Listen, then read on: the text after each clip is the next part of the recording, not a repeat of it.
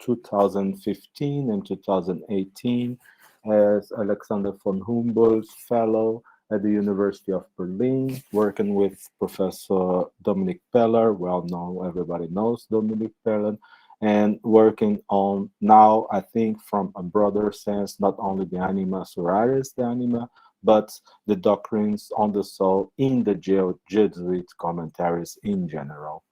And this third point I would like to highlight in his career was a prize she won, the prize Thomas Hickling. We all knew Thomas Hickling from the Society, and the prize Thomas Hickling 2021, which is related to her work on the edition of De Origine Natura et Immortalitate Anima from Juan Maldonado.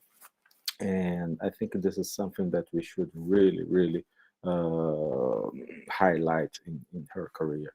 And she, as I told you, she teaches at the Czech Republic or Czechia, I never know how to pronounce that, University Charles. And from publications, I would like to highlight La teoria della conoscenza di Francesco Macedo, un filosofo tra Tommaso e Scotto, from the year 2020s, and her work in progress, The Active Mind, Cognition in the Parisian Jesuits Philosophical Courses, from 1564 to 1610.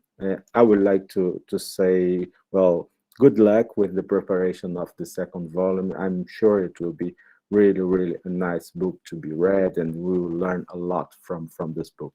From the last point I would like to highlight is just to say that there is also contributions from her in editing texts, which is also very important in our area. And then from this year, from well, I do a little bit on the Horacio Prodomo here, because it's from the journal from the Thomas Institute, where I am now, La Recherche de Théologie et Philosophie. From this year, we have Pédagogie et Philosophie à l'âge de la Contre-Réforme, Le De Origine Natura et Immortalitatis Anima de Juan Maldonado. And then we have 80 pages long text with edition and everything. Well, I could I could keep talking about her work and her career, but I'm going to stop here, and I'm going to thank you, Anna Tropia, to be with us today, and to deliver us this paper about. Oh, Alfredo, I was having in front of me the title of her paper, and now you keep the imbroglio, but I don't, just Scotist imbroglio. Well, I know you don't need to.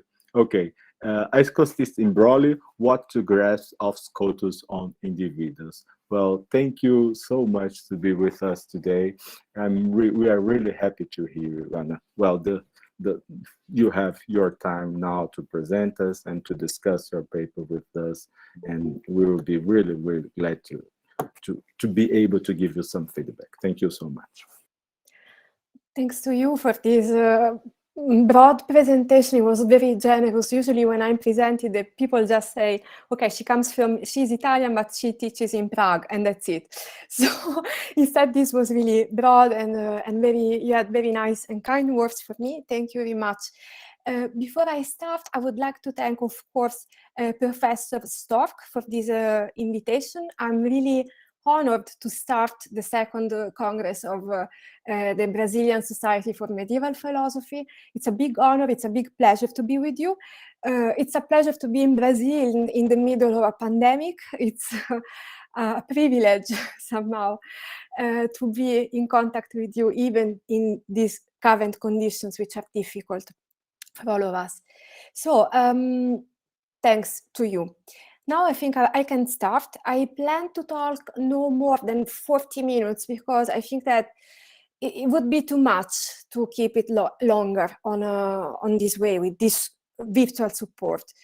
I will try now to do the screen sharing, and please let me know if you can see that, because it's my first time with Meet, and I must say I'm new to this. Can you see that? Yes, we can see it perfectly. Perfect. Thank you very much. Okay, so I will start then. And if you have any problems during my talk, please interrupt me if you cannot hear me well or if there is any problem. So I would like to start by explaining this title, which sounds indeed a bit strange, a Scotist imbroglio, 17th century Scotist on material individuals. I hope I'm not going to deceive anyone. I'm going to talk again about Suarez and about the anima. As Rodrigo was saying, I worked at length on this. On this text, Suarez de Anima, and also on his reception by Scotist. Of course, the theme of today is not going to be Suarez de Anima in itself. We are going to see, I'm going to unpack the title, and we are going to see what is really the object of my talk. So let us begin by this expression, a Scotist imbroglio. What does this mean?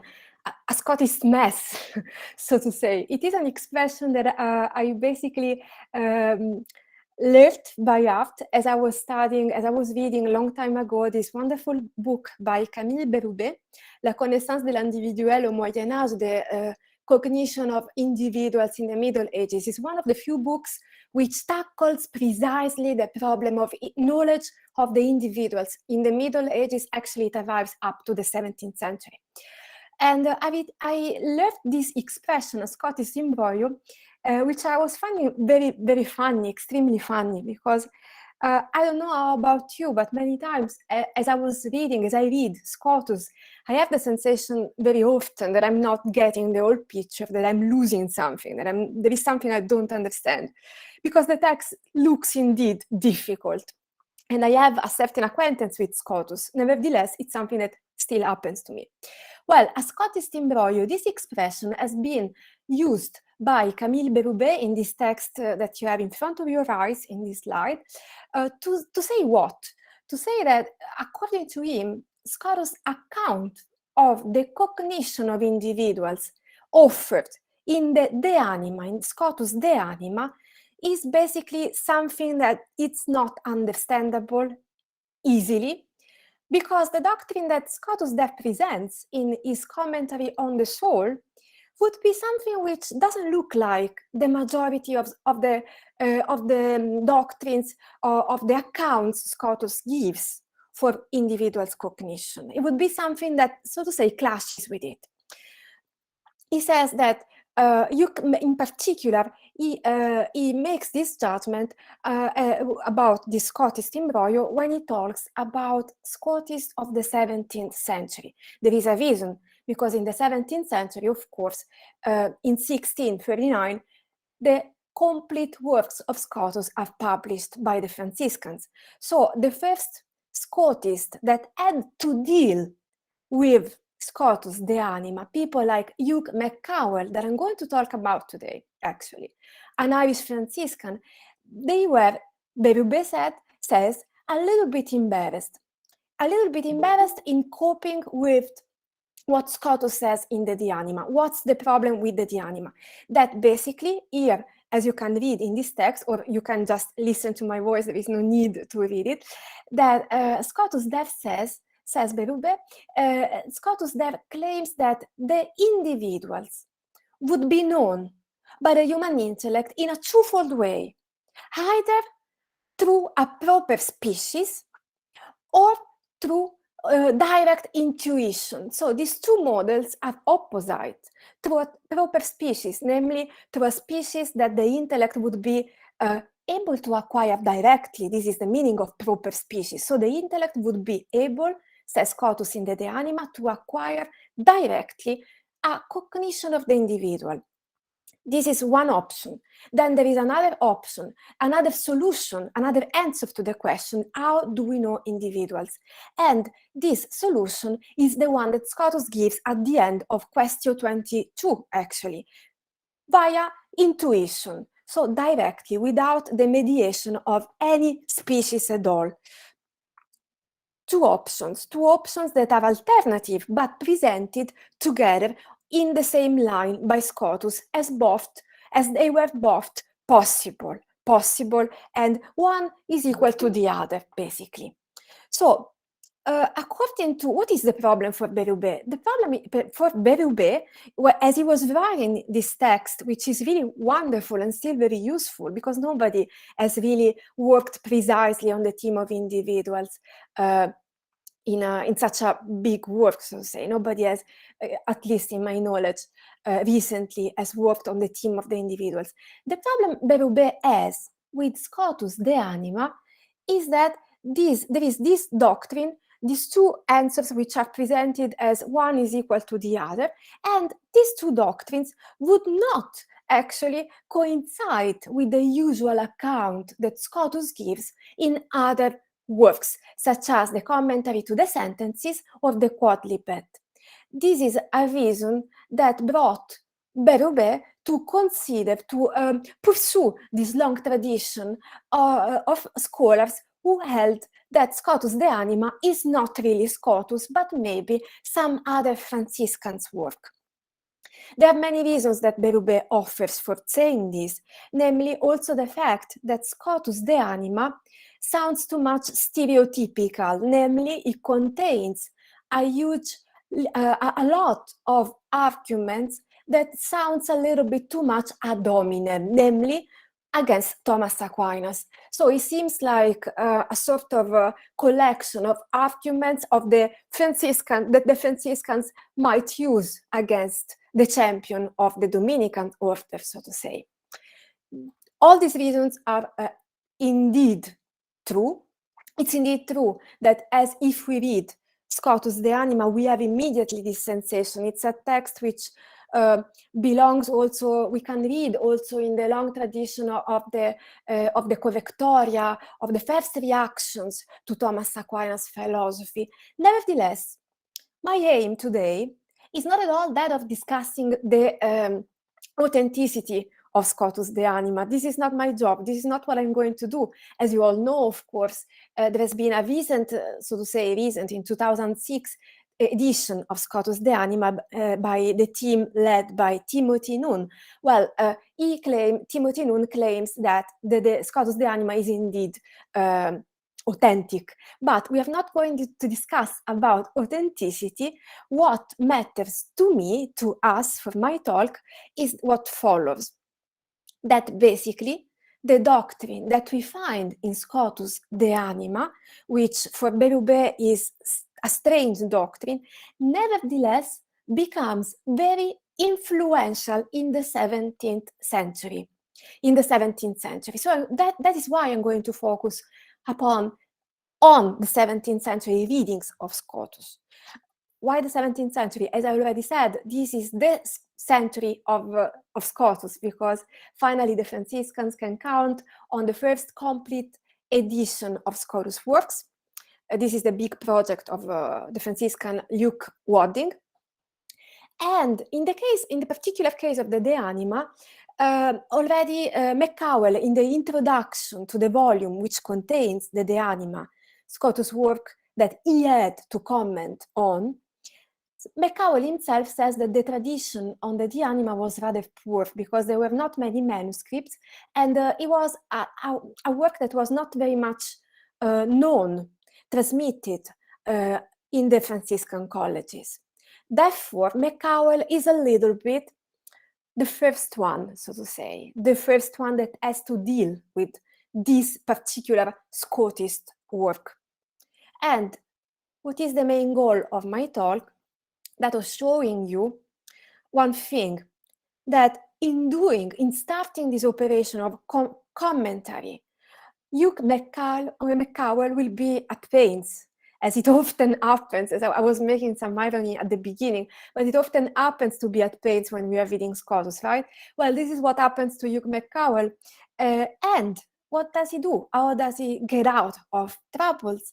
Basically, by letting himself be inspired by another De Anima, not Scotus, but Francisco Suarez. So a Jesuit. Why is that? Because Francisco Suarez actually offers a very clear account of the cognition of the individuals that sounds incredibly fitting with what Scotus says in the De Anima, seems to be filling in the blanks and solving all the problems we find there. So this is the general project for today. We are going to first resume very quickly what Scotus says in the De Anima, and then we are going to see what McCowell says after Suarez, in the wake of Suarez. I must confess that I'm really excited to be talking about this theme. I have written, if you are curious, I'm also ready to share it with you.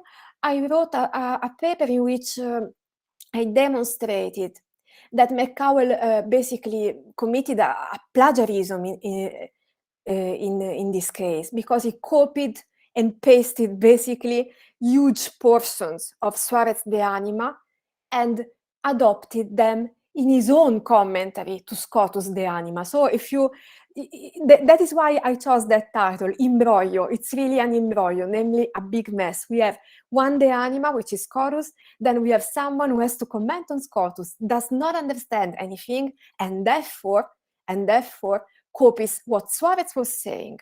But it's not over. There is more to this.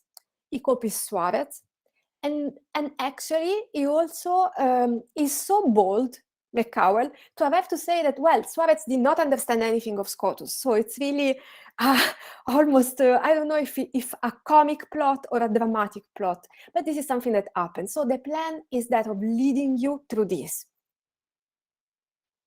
Let us start with Scotus. Scotus on the cognition of the individuals. According to Scotus, as we all know, the individuals have a primacy of intelligibility, but nevertheless, this doesn't mean that they are understandable, knowable directly by the human intellect in the present state, pro statu istu, in the present state in which the soul is united to the body.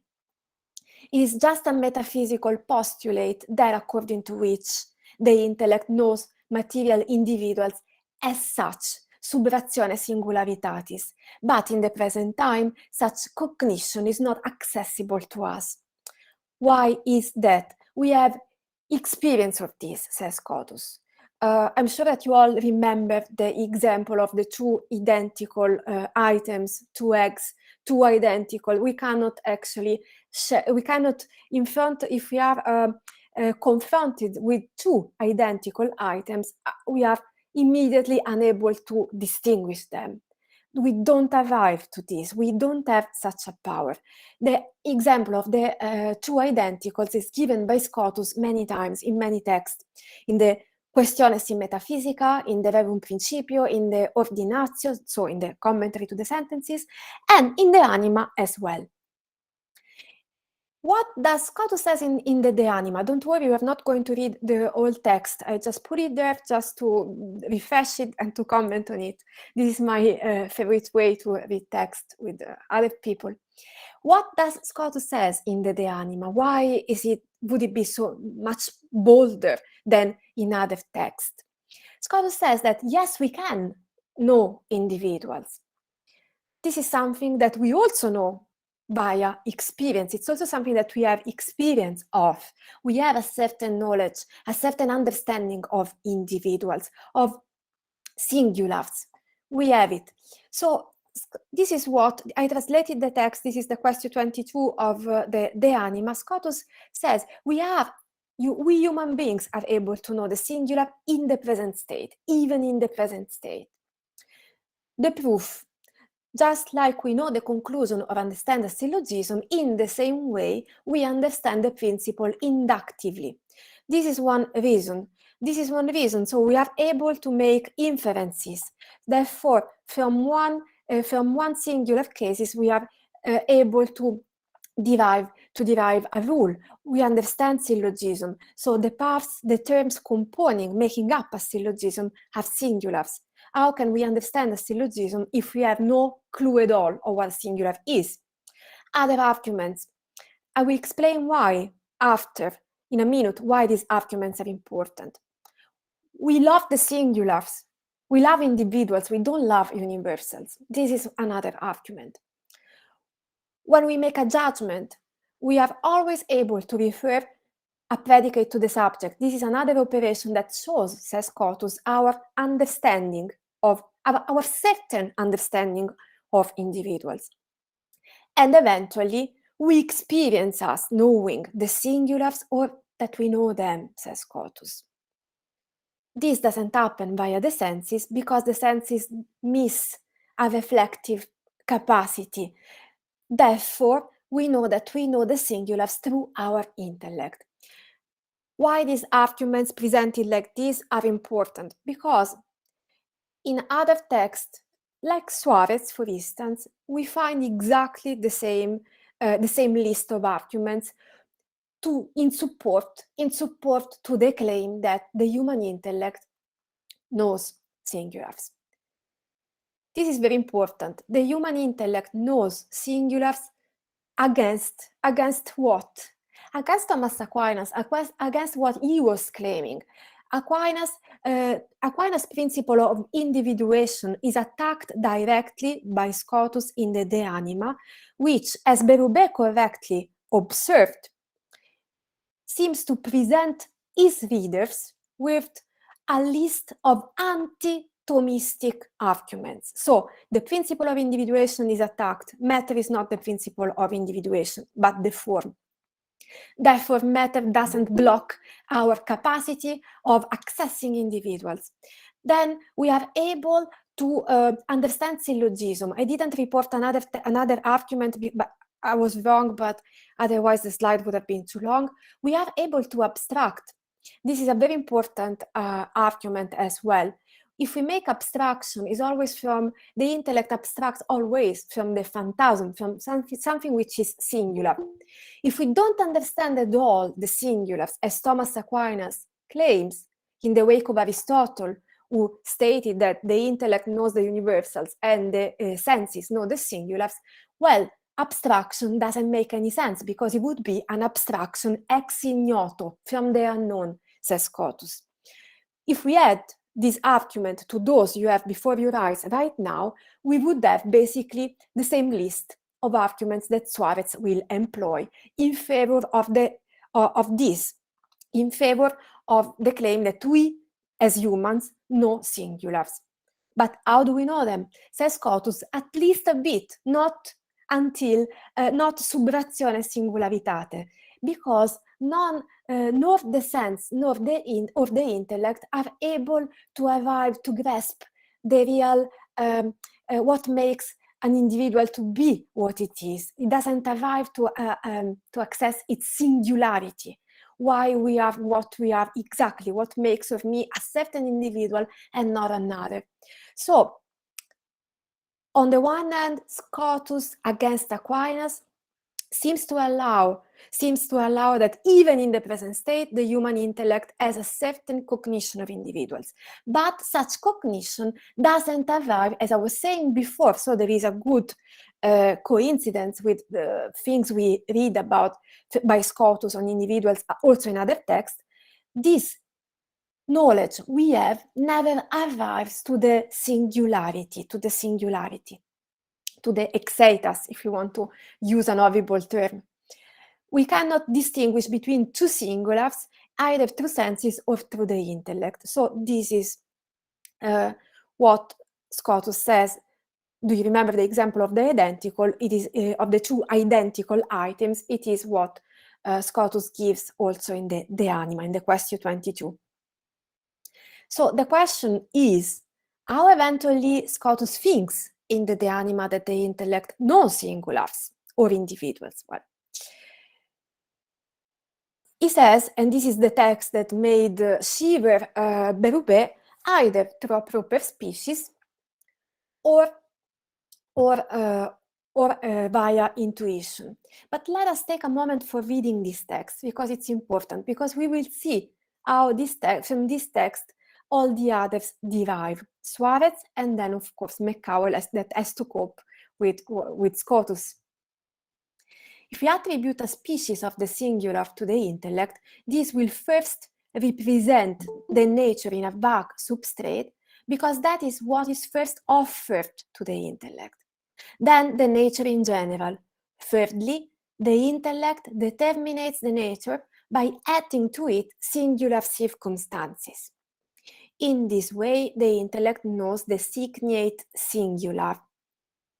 This is the way the intellect knows the singular, either through a species in the intellect or without it. It doesn't create any problem, either one way or the other, either through a species collected, abstracted from the singular, from the individual in presence, or via intuition. This doesn't seem to pose any problem, although it poses it to Berube.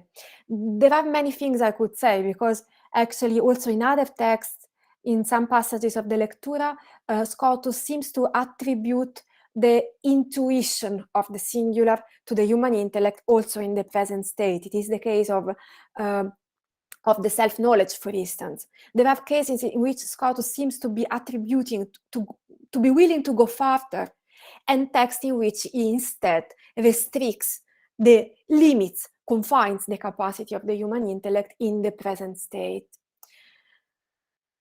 What's the matter with this text? I would like to ask you your attention to the first part of the text I read, namely, we know the singulars basically by making an addition of circumstances. We know first what through the intellect, a species that basically represents only a part of what we understand, of what we have in front of us. We can't suppose that Scotus here is talking about the accidents, not about the whole substance. But this text, nevertheless, is not very clearly spelled out. I agree on this point with McCowell. We first make up a species of the singular by representing a part only, an aspect of the object we have in front of us, because this is what is first offered to the intellect. Then we basically get to know the nature in general. We then collect more information and we are able to think about a certain substance universally. This is usually what the intellect is supposed to do. And then the intellect adds singular circumstances. In this way, the intellect knows the signate singular. This is the conclusion of the question 22. We can admit that is not maybe crystal clear and that effectively McCowell needed some help, and this is what he looked for. So here we have McCowell, and I'm going to talk, as I already announced to you, about this strange alliance between a Scotist of the 17th century and a Jesuit, a little bit older. I think that he was older of 1 or 2 generations than McCowell, but I might be wrong, I don't remember precisely. 1639, Irish Franciscan Hugh McCowell asks to comment on John Scotus De Anima. His commentary is published in the Wadding edition that I was already mentioning before, and as Berube observed, McCowell was not completely at ease with this text. There are many occasions, I didn't report all the text, in which McCowell seems to complain, he seems to not understand very well, and so on and so forth. So, as I was reading McCowell the first time, and as I had studied long time Suarez, the first time I was thinking that there was a strange similarity between the two texts, and then the thesis I'm presenting you today is that McCowell, as I already said, relies heavily on Suarez on De Anima. So, a commentary on Aristotle produced by a Jesuit in almost 1 century before, and not a text of another Franciscan. Why is that? Well, Suarez De Anima had been published in 1621, so it was perfectly accessible, and it was already, so to say, accessible before Scotus' works were published. Suarez's complete works are published in Lyon after Suarez's death in 1629. It is the first occasion to have the De Anima published and around, so to say. So In the De Anima of Suarez, we find many Scotist echoes, although Suarez never presents himself as a Scotist directly. As you know, Jesuits had the official, formal task to be always in agreement, to show to be always in formal agreement with Thomas Aquinas concerning theology and with Aristotle concerning philosophy. But as we all know as well, no Jesuits was really sticking to this general rule in a too strict way. So Suarez in his De Anima, although he shares many points, he has many points in common with Scotus, he seldom mentions him. And he does not present himself as a Scotist, as already said. In particular, for the theme that we are going to focus on, Suarez claims that the first object that the intellect knows are the sensible accidents. So, qualities, all the sensible qualities, and not the individual substance in itself. So we gather an idea of what a material substance is only via the comparison of the accidents, of these sensible qualities. This is Suarez's thesis, which he exposes in the De Anima in a very systematic way, and I must say, also in a very clear way. And this is what McCowell will copy, will adopt, will make his own to comment on John Duns Scotus on De Anima. McCowell appropriates Suarez's text at least in two cases. For example, how do we acquire cognition? I brought the two texts on the slide. I know it's heavy. I hope nobody hates me. I brought the two texts. I refer to the two texts to show you also the similarity, actually, between the two. How do we acquire cognition? This is a question that Suarez studies at length. It is the second chapter of Book 4 of his De Anima. Because when he has to comment on the most famous sentence by Aristotle, according to which the intellect never thinks without phantasms, namely without material images, we could also rephrase it. The intellect, or us, we never think about anything unless we have received, we have been informed, we have not received any bodily support by our lowest soul's faculties. We could rephrase it like this as well. Well, when he has to comment on this Aristotelian claim, Suarez is at pains because he stresses greatly this fact that there is no interaction between something material and something immaterial is possible. Something immaterial such as the intellect, something material such as the phantasm, namely this final image, this result of the lowest faculties of the soul. Says Suarez, phantasm, I'm reading the text emphasized on the left, phantasm has no influence on intellect, but it somehow provides the matter and the exemplar for the intellect, as they are both rooted in the same soul. This is the most famous doctrine of the sympathy existing among the soul's powers, which Suarez exposes in the De Anima, and then that later he will expound also in his Disputationes, in another context, not a psychological one. Let us just take a look at how starts this text concerned with the production of an intelligible species in Scotus De Anima, commented by McCowell. Let us read McCowell's text. Let's see what he says. Phantasms influence the intellect as matter and exemplar because they furnish it with a matter and an exemplar for producing the intelligible species. I go on. Actually, when the soul knows something through the imagination, it receives its matter from an object, and it is excited to produce through a spiritual faculty, namely the agent intellect, that same thing within the possible intellect, thereby producing an intelligible species. This happens because all the faculties are rooted in the same soul. Sounds like, looks like a déjà vu, sounds very much like what Suarez says. What is McCowell saying? I apologize for the translation. All the translations are mine, but I always prefer working with text in translation. I feel it more mine when I'm presenting. So I apologize for the translation if it's not perfect, but I will now give a resume of the text I just finished to read. What is McCowell saying?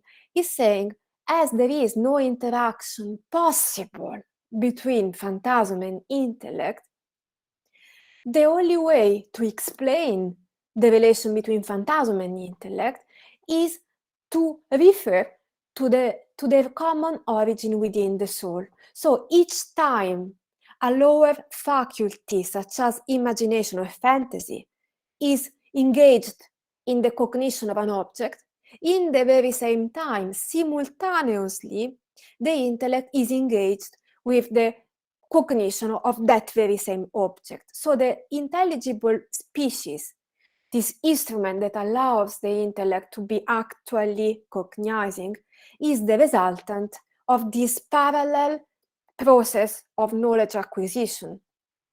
On the one hand, a material acquisition, on the other hand, an intellectual, solely, purely acquisition. The intellect doesn't communicate directly with the phantasm. It doesn't abstract anything from it. The phantasm is there and provides the intellect only with matter and an exemplar, so to say. Actually, I think I forgot to put it on this PowerPoint. I do apologize.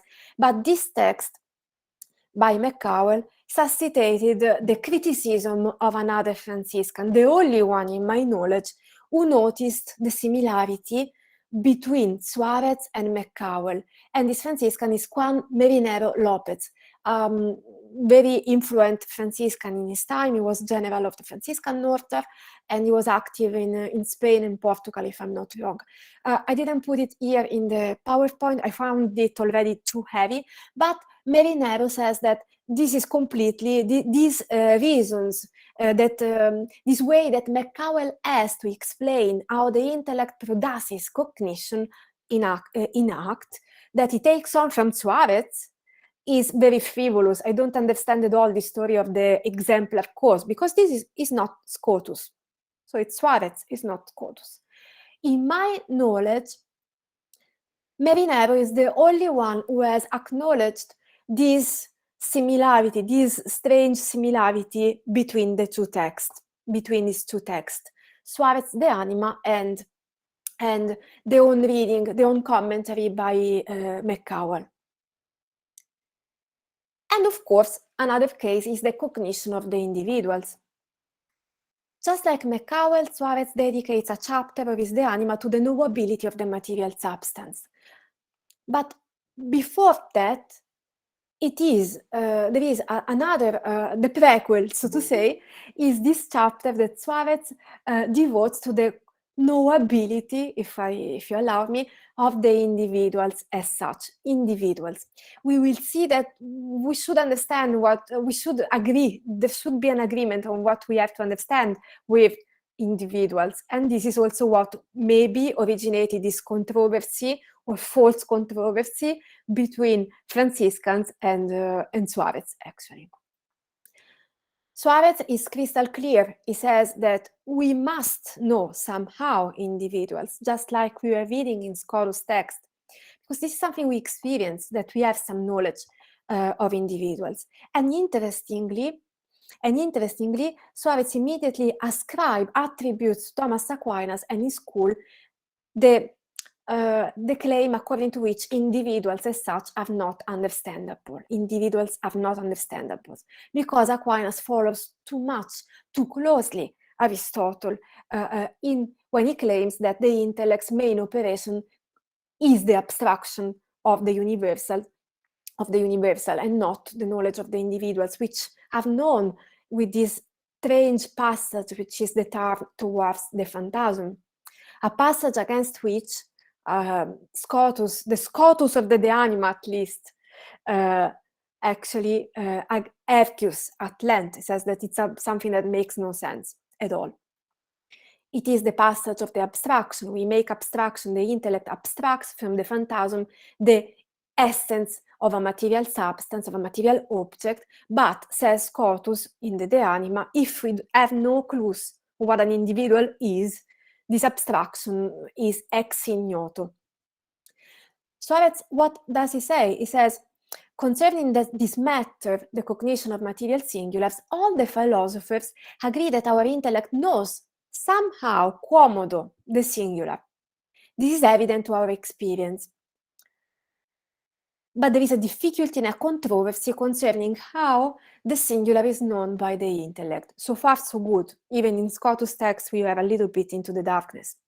Actually, Thomas Aquinas, in the mentioned passages, claims that singular is not known directly, but through reflection only, namely that they are not known via a proper species, namely directly, but through a universal species obtained after going back to the phantasm. So in this text, Suarez refers precisely to the passage known as the turn towards the phantasm, the second turn that the intellect would operate upon the phantasm. First, it abstracts the universal from them, says Aquinas, and then it goes back to, so to say, try to stir in the individual a sort of confused resemblance of what an individual is, but not a precise one.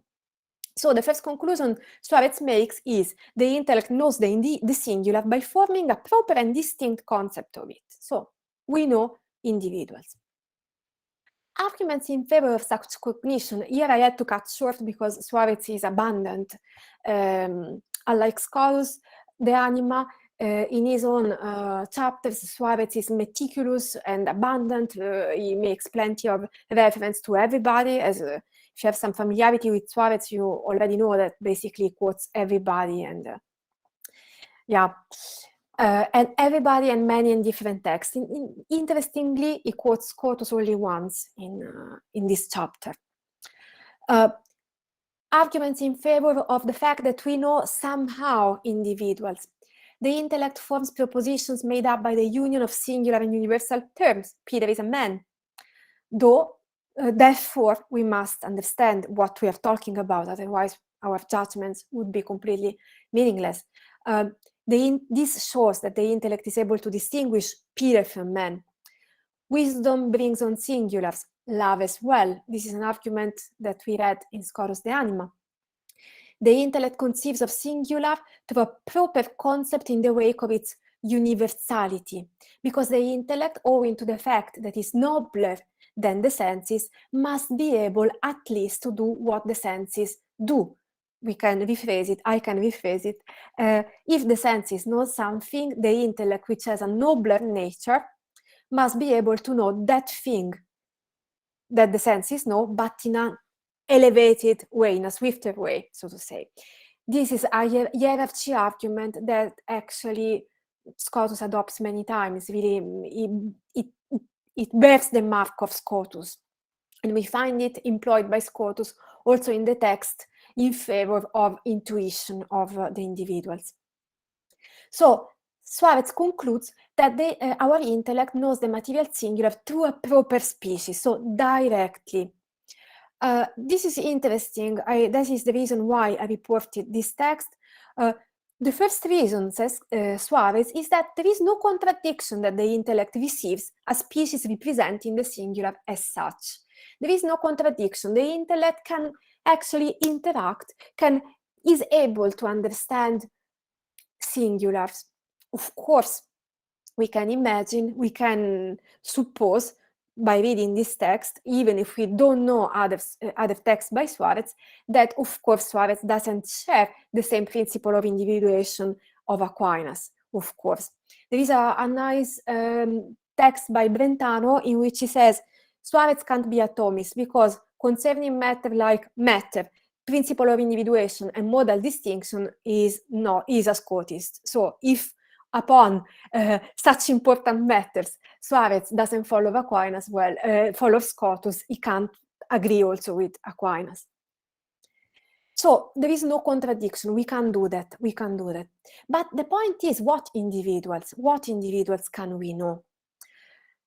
If you remember what we were talking about before concerning the acquisition of knowledge, says Suarez that there is this parallel activity in which senses and intellect are able to engage without being directly in contact. The intellect doesn't abstract from the phantasm, but is able to produce on its own, a species of the object which is perceived by imagination. So there is this separation, this concomitant activity of two soul's faculties that are informed one of the others only due to the fact that they are rooted, they have a common origin in the soul.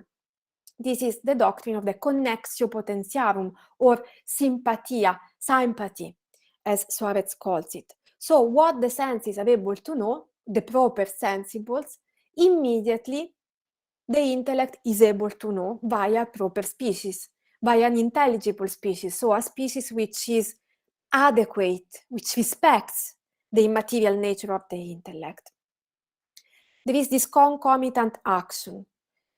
If what the senses knows first are the proper sensibles, what the intellect knows first, guess what, is the proper sensibles, knows intellectually in a way which is fully respectful of the nobility of the intellectual nature, but it is the same thing that the intellect knows. This is how Suarez reads this claim, the Aristotelian claim, the intellect never think without phantasm. We need this determination from the lower faculties, but such a determination must be made according to the nature of the intellect, completely immaterially. Just check what time is it, because I want to make sure. I think I'm a little bit late.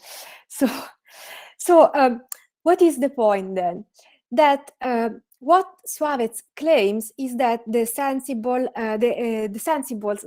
the accidents are what are the kinds of individuals that we know first, and not the whole material substance,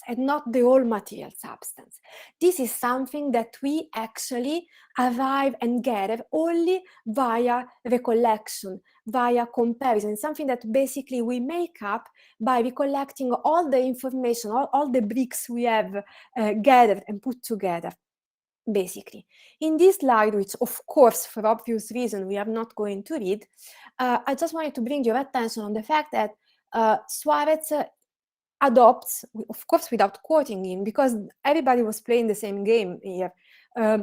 I use your text and your examples, but I don't quote you. More or less, this was the game everybody was playing. Suarez, McCowell, not the poor Scotus. In support of the thesis that first we know the accidents, but we are unable to form a proper species of the material substance, in support of this claim that Suarez makes in the following chapter of the De Anima, in chapter 4, Suarez brings the example that Scotus makes many times, at least twice, if in my knowledge, in the commentary to the sentences and in the De Anima as well. The example of the Eucharist. It's a theological example, but just because it is a theological example, I think that it's really important. It's like Scotus was trying to ask for all our attention. This is something which matters. We are unable, Scotus says, to detect during the consecration of the bread when a substance changes. What we know is always the accidents of the bread. But the fact that we are unable to detect the changing substance, because during the mystery of the Eucharist, the substance of the bread becomes the body of Christ, well, we are unable to detect this. Therefore, we can also derive from this that we are unable to get to know substances directly. Suarez uses exactly the same example in his De Anima. But conclusion, namely that we know accidents through perception and that we do not substances through perception, are confirmed by the mystery of the sacrament of the Eucharist. For in that case, the accidents of the bread are perceived in the same way as other sensible things. And in the case of other things, the subject of the accidents is not more perceived than here, but on the basis of a phantasm of the consecrated bread. We only have that one. One produces no proper species of the substance of bread and no proper concept of it, because in fact there is no such substance. Therefore, in the case of other sensible things, one neither acquires a species nor produces such concept. Otherwise, the intellect could judge whether there is a substance under the accidents.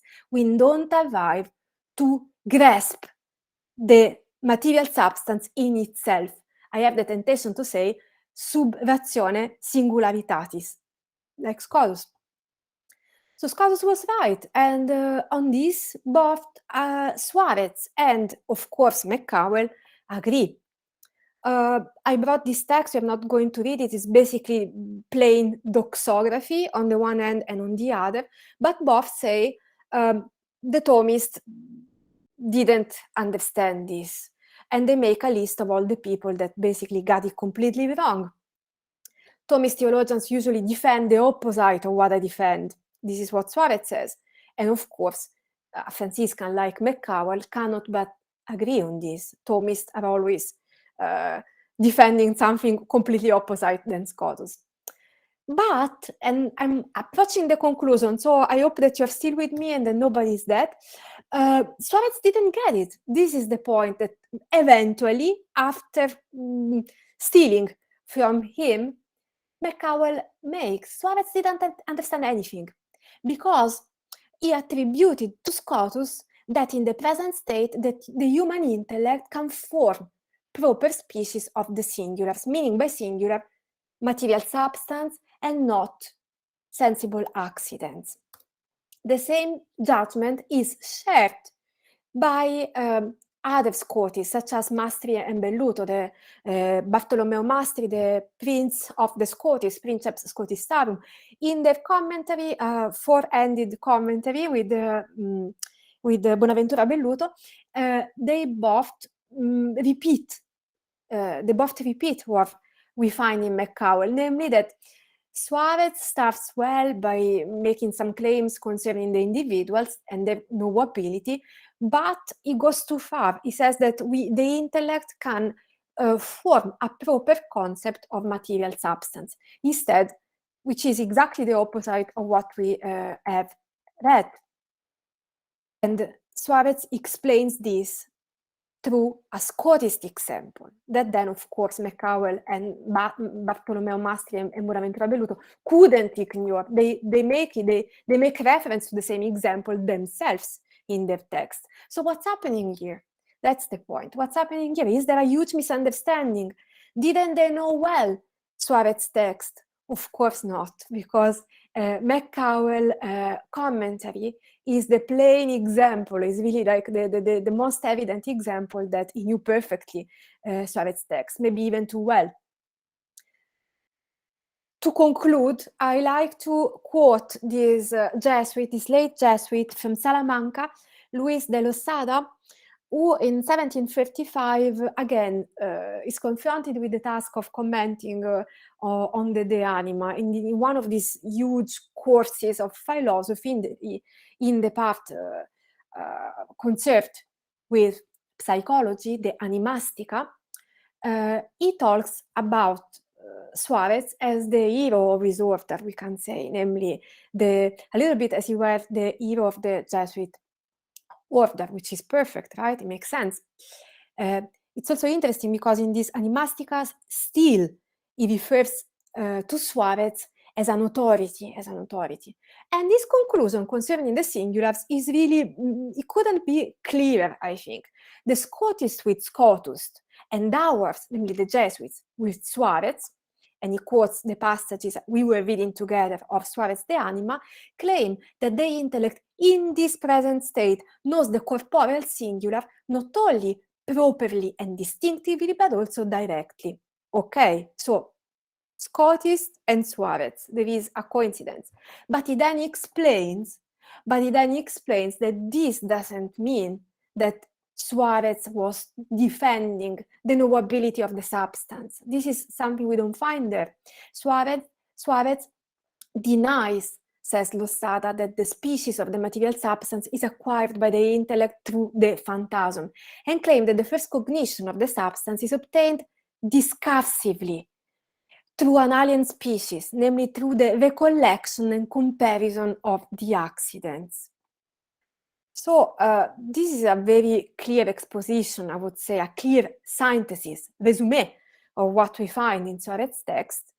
And in this respect, it becomes really ununderstandable the disagreement of the Scotist, who rejects eventually Suarez as a good Scotist. He understood something, he reads Scotus, he makes use of Scotus, but eventually he makes claims that are wrong. We don't have any access in the present state to material substance. So there is it's not in this text, again, I apologize for my confusion, but in another text, which is very long, Losada basically says there is this disagreement is based basically only, is more on the words and on the terms employed, potius verbis, than on substance, because there is an agreement, a formal agreement between Scotist and Suarez. No disagreement at all. So to conclude, the criticism, in my opinion, of the Scotist against Suarez is completely misconceived.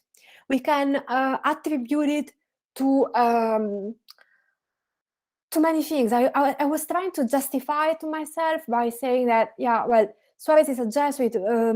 He cannot be as good as we are, we the Scotists, in reading Scotus. So even if we use him, if we use his text to make sense of what Scotus says, because Suarez eventually furnishes, provides us with a very clear exposition which fits with the account offered by Scotus in the De Anima. And the result is the following.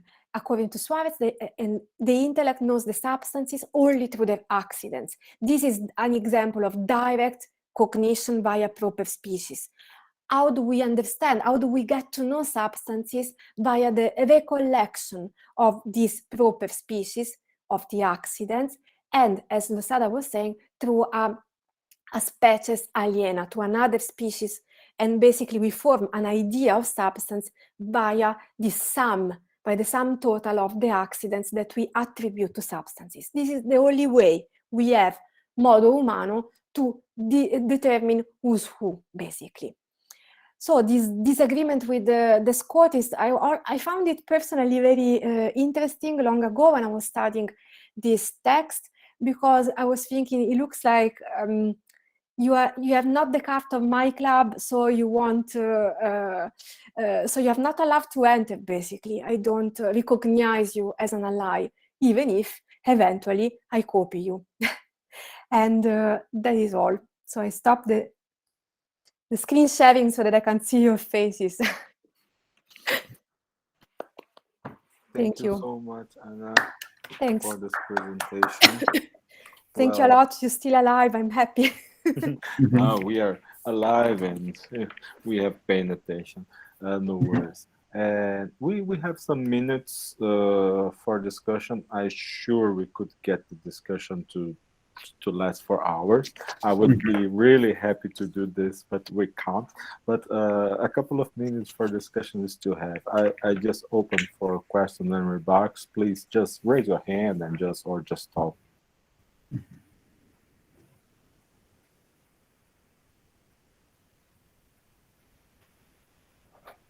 Well, thank you very much. If nobody is going to take the word. Okay, well, thank you very much, Anna. It's a pleasure to meet you again on distance. I think it's very interesting the work that you are doing on connecting historically these different authors and unveiling these curious connections and plagiarisms, apparently, and so thank you very much. But what I wanted to point out is also a historical issue regarding the maybe you know that, but I think it's interesting to mention it regarding the vinculation, the originality of Suarez with in relation to Scotus, and the fact that he many times doesn't mention Scotus as the proper origin of his ideas, as you if I'm not wrong, you said, no? Yeah. Well, maybe it's it's very useful, and maybe you have done it already, to see the immediate Jesuit tradition prior to Suarez, and to see the dependence of Suarez from his immediate Jesuit predecessors. Well, I'm thinking now in Antonio Rubio. He wrote a very influential De Anima. Well, it was published in 1611. In 1611, so it was published prior to Suarez De Anima. It is very likely that Suarez didn't knew the Rubio. It's almost impossible that Suarez knew the Rubio commentary when he wrote his De Anima. But the fact is that Rubio quotes a lot Toletus, Gregory of Valence, Fonseca, and the Conimbricenses on this very subject. And and he exposes in very detail how is possible to understand abstraction in the model that you showed us on Suarez, or abstraction, or in he uses the word abstraction for all these ways of explaining this. And well, the fact is that the coincidence between Suarez and Rubio is on this subject is perfect. And they didn't know each other. So I think it's interesting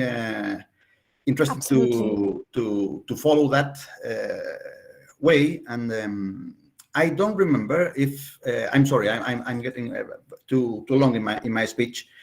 I don't remember how detailed is Rubio's analysis in comparison with Suarez, but Rubio deals a lot of space to this very subject, and maybe that could appear nuances that maybe also illuminate some of these apparent contradictions or not. Well, I'm just working on memory, but I think that there could be something of this. Well, if I may immediately, well, I don't know if Suarez knew Rubio's commentary. I don't think so, but I might be wrong. The fact is that Suarez comments on the De Anima for the first time in Segovia at his first appointment as a teacher of philosophy. So in 1572. So very early. And concerning, I think that there is really a Scotist matrix, so to say, in his De Anima, because I should publish my thesis, my PhD thesis, because I'm really convinced of it. I agree with you. I agree. Yes, totally. There is a Scotist matrix that I don't find in other Jesuits of his time so clearly, because the reference to the sympathy between the soul's powers, it's something that we find also in Thomists, like in Silvestri da Ferrara, for instance, that we find also, that was something rather common also in medical texts, like what's called like Covarrubias and others. But the point is that in Scotus there is really a reappraisal of Scotus without mentioning, like I use him but I don't name him. There is a little bit of this. And the fact that I find very telling the reference to the example of the Eucharist, which is really Scotus indeed. And also the way, the order of the arguments, I find it really Scotist in toto. As for Rubio, I agree that it's super interesting, would be extremely interesting to work on this Scotus presence in all the Jesuits. Unfortunately, this kind of works takes long time, and in my knowledge, nobody's doing them. We need more precise works concerned with particular case studies, like singulars, like self-knowledge. Well, I have a book chapter on Rubio and abstraction, with no comparison. That's what I was thinking about Rubio and all that tradition, and I can send it to you. But I make no comparison with the Scotus, neither with Suarez. I just expose Rubio's ideas on the subject. And well, I'm super interested. If you are so kind to send it to me, if you can read it also. Please send it to me. I don't know if I can use the chat. I can share my email so that you can. I will write down my email here. But there is this kind of conformism, let's say, on theory of knowledge among the Jesuits, which is really striking already from the earliest generation. They are basically all anti-Thomist. This is what I'm focusing on since quite some time already. And in particular, in theory of cognition of abstraction, there is a very strong anti-Thomistic metrics and attitude. Yeah, thank you very much. No, thank you. Thank you very much. Thank you.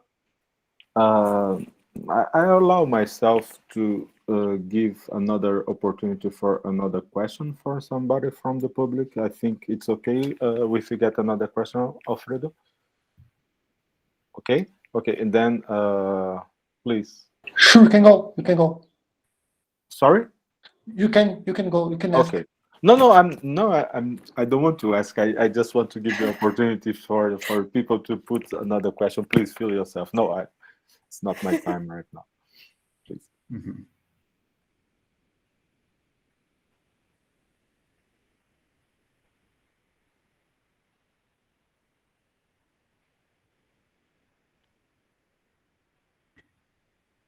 Well, then I think I put some in a strange situation. So I'll take the opportunity. Well, my question, I have many questions, but just one question or two remarks. First, one very that would be very useful from the very didactic point of view. If we put Thomas, Scotus, and Suarez in a line, and then we ask just the very simple question: who are in an order the most optimistic and the less optimistic in relation to our possibility of knowing individuals? Just for us to begin from a very simple point of view from your perspective, then perhaps there is other perspective from people here.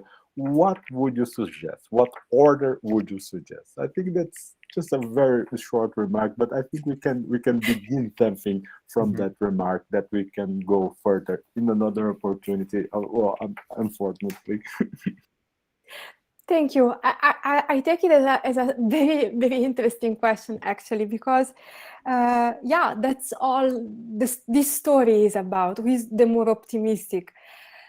Well, I would put together very closely Scotus and Suarez. Of course, Suarez doesn't talk about intuition, which is the modality Scotus makes up for special cases concerning the human mind. But I would definitely say Scotus, although Scotus is always a roller coaster. Sometimes he seems to allow everything to the human mind, and then but due to the original sin we have certain restrictions in the present state. So in principle we could have it all, but de facto we don't have but a parcel of what we could have. But there are these texts in which Scotus, texts like in the De Anima, in which he leaves room for an intuition of the singular even in the present state. I would definitely say Scotus anyway, because even, I don't know, if I have in mind the Questiones in Metaphysica, for instance, I find very fascinating text, very understudied by Scotus, maybe because it's super difficult, so hard to read. But I think that there, although it presents the cognition of the individuals solely as a metaphysical postulate, nevertheless there is a kind of optimism which spreads, because the nature of the intellect is one. Then it doesn't matter if, depending on where we are, we have some limitations. These are accidents, but our nature is another one, and entails and comprehends the possibility of knowing the singular. So I would definitely say Scotus, and I would put Suarez together, but Suarez, Scotus on top. Okay, thank you so much. I think that could be a very good starting point for a conversation. We could have another time. Alfredo, I think it's time to give the word back to you, right? Thank you so much, Anna. Thank you so much, Rodrigo. Thanks to you all. So let's back to Portuguese again. Só para avisar que nós voltamos às 15h30 com a nossa próxima conferência. Obrigado a todos e todas. Até mais. O site vai ficar aberto, mas voltamos daqui a pouco. Thank you again, Anna, and it was a really nice pleasure to hear you. Thank you, Anna. Alfredo, May Sim. I have Alfredo a and question? Tcheca Republic. Claro. I'm sorry. I know that these conferences are being broadcasted Sure. by YouTube. Can you Yes. give us the link to YouTube channel? Yes. Uh-huh. I'll give you afterwards, okay? I'll send you by email, okay? Okay, perfect. Thank you very much. you. Thank Thank you. you.